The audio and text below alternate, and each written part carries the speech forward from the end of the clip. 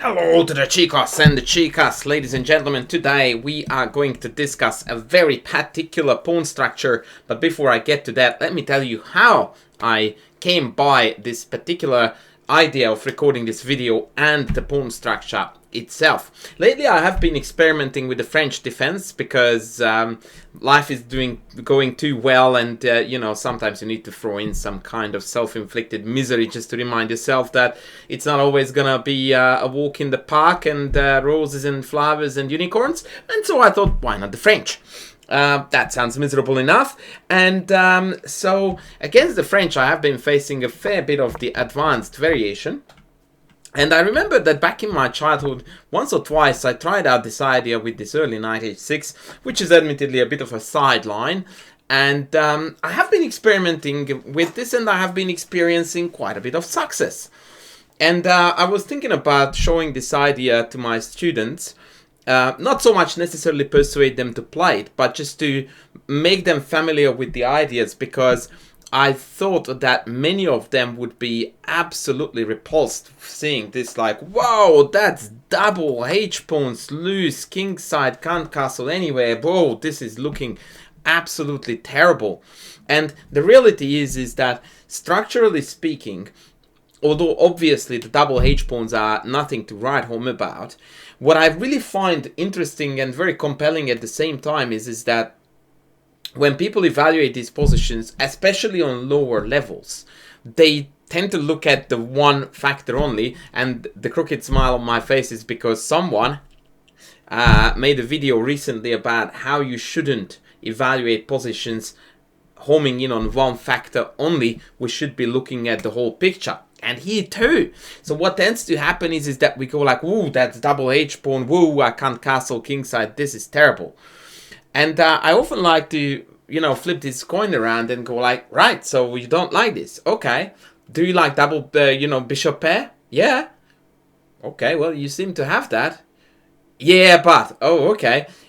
Do you like semi-open g-file to attack potentially your opponent's king? Yeah. It's right there. So, you know, sometimes things in chess, especially, well, good things, like two bishops, they don't come for free. After a certain, level, once you hit a certain level, your opponents are not going to be like, hey, here are the two bishops, have them. I like to play from behind.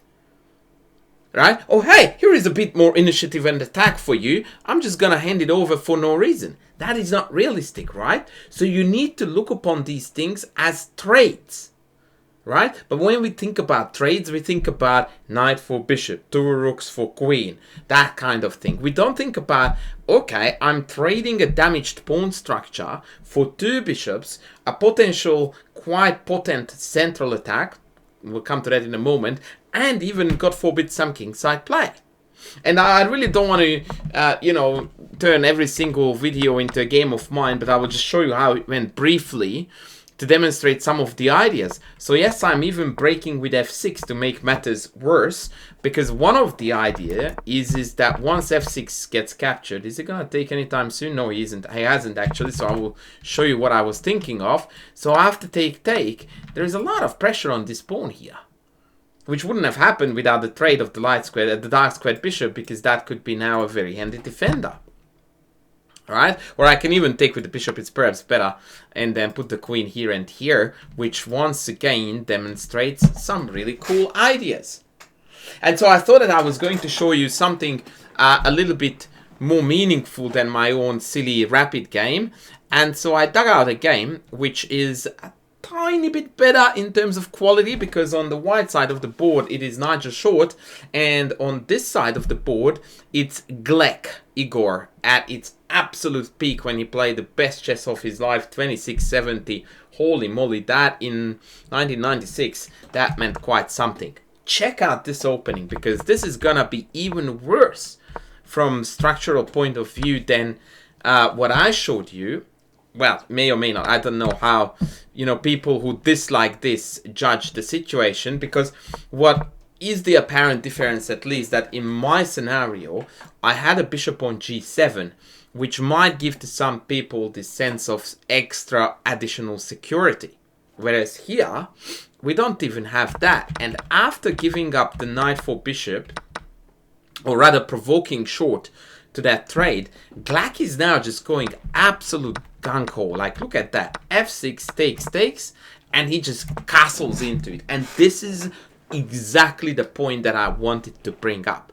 That when people go into this structure, they are absolutely frightened about what's going to happen to their king. And once you become a little bit better player and more experienced, your reaction to that proposition will be nothing. What would happen to that king? And on an even higher level, people will soon realize that if you look at the two kings situation here, it's crystal clear that the white king is far more likely to fall victim of some incoming aggression than its black counterpart. Why is that? Very simple.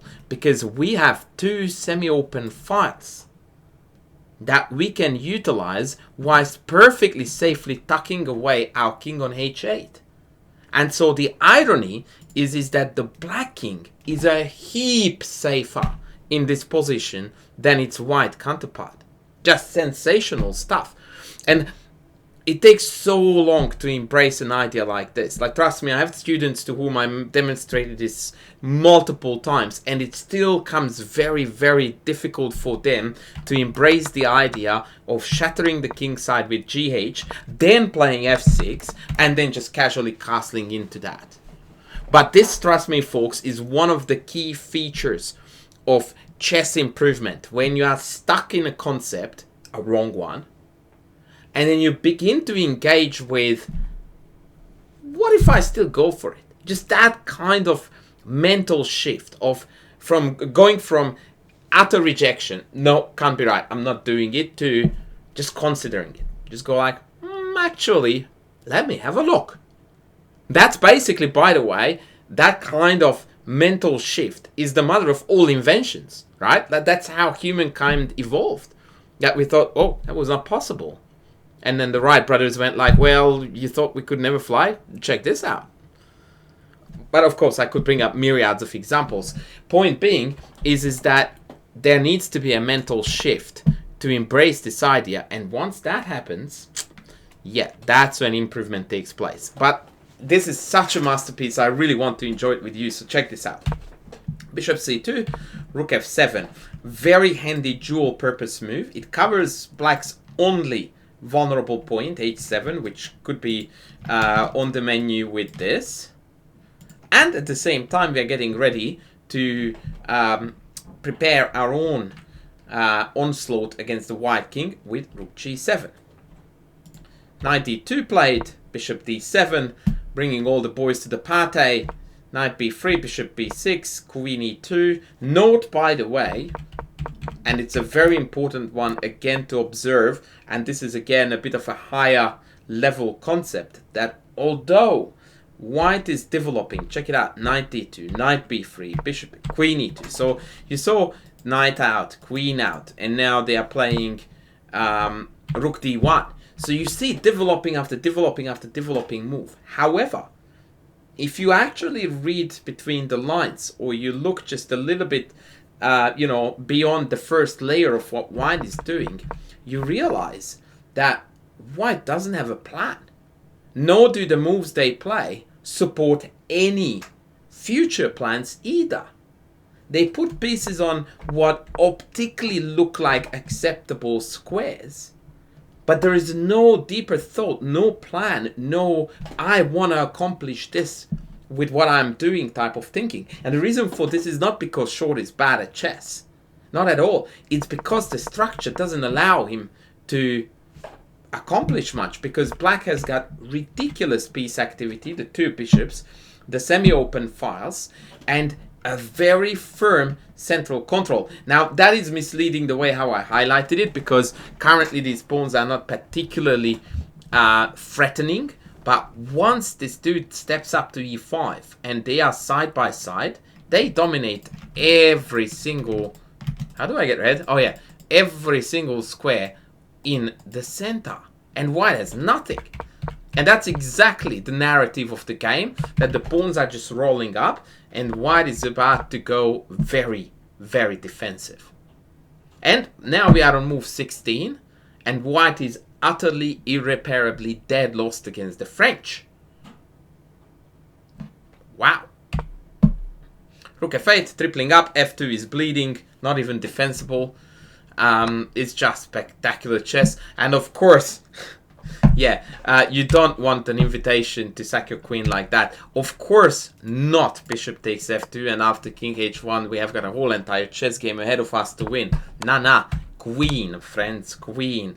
Because although it does force a queen trade, it also creates an extremely awkward situation for the white king. Because now king f1 is forced, which means that now the rook is going to be able to penetrate on f2 with elementary power. Not to mention the bishop on g4. Sorry, buddy, I forgot you. But there comes my rook. There comes my bishop. It just feels like this attack got stronger with the queen trade. And yeah, knight e2 was played. On king b1, rook f1 pins the knight and wins the game. But of course, knight e2 is hardly better because rook e2 still ridicules the knight on e1. Was rook f1 also winning a piece? Yeah. But rook e2 is perhaps even cuter. Bishop b3. I think, with due respect, Nigel was trying to save face here, or at least making it to 30 before resigning with white. Ouch. But now it's Matutsky, so it's time to call it a day. Didn't quite make it to 30, did he? Ouch. That was just a heck of a ride. An absolutely spectacular onslaught. So, conclusion, friends. I'm not selling you this structure as your, next free victory. That's not the type of chess coach who I am, nor the content creator who I am. But I'm telling you that it's very well worth engaging with a very unique structure like this, especially if you know that there is a fair bit that you have given up, but also there is a fair bit that we have gained. And so this funky trade, this really, really unique imbalance, is going to allow you to play some absolutely awesome chess games and broaden your chess horizons and chess understanding. And on that note, folks, I'm going to let you go now. Thank you very much for watching. Please don't forget to press the like button, sub if you haven't done so yet. Super thank me if you can. And I will be back with the next video soon. Cheerio.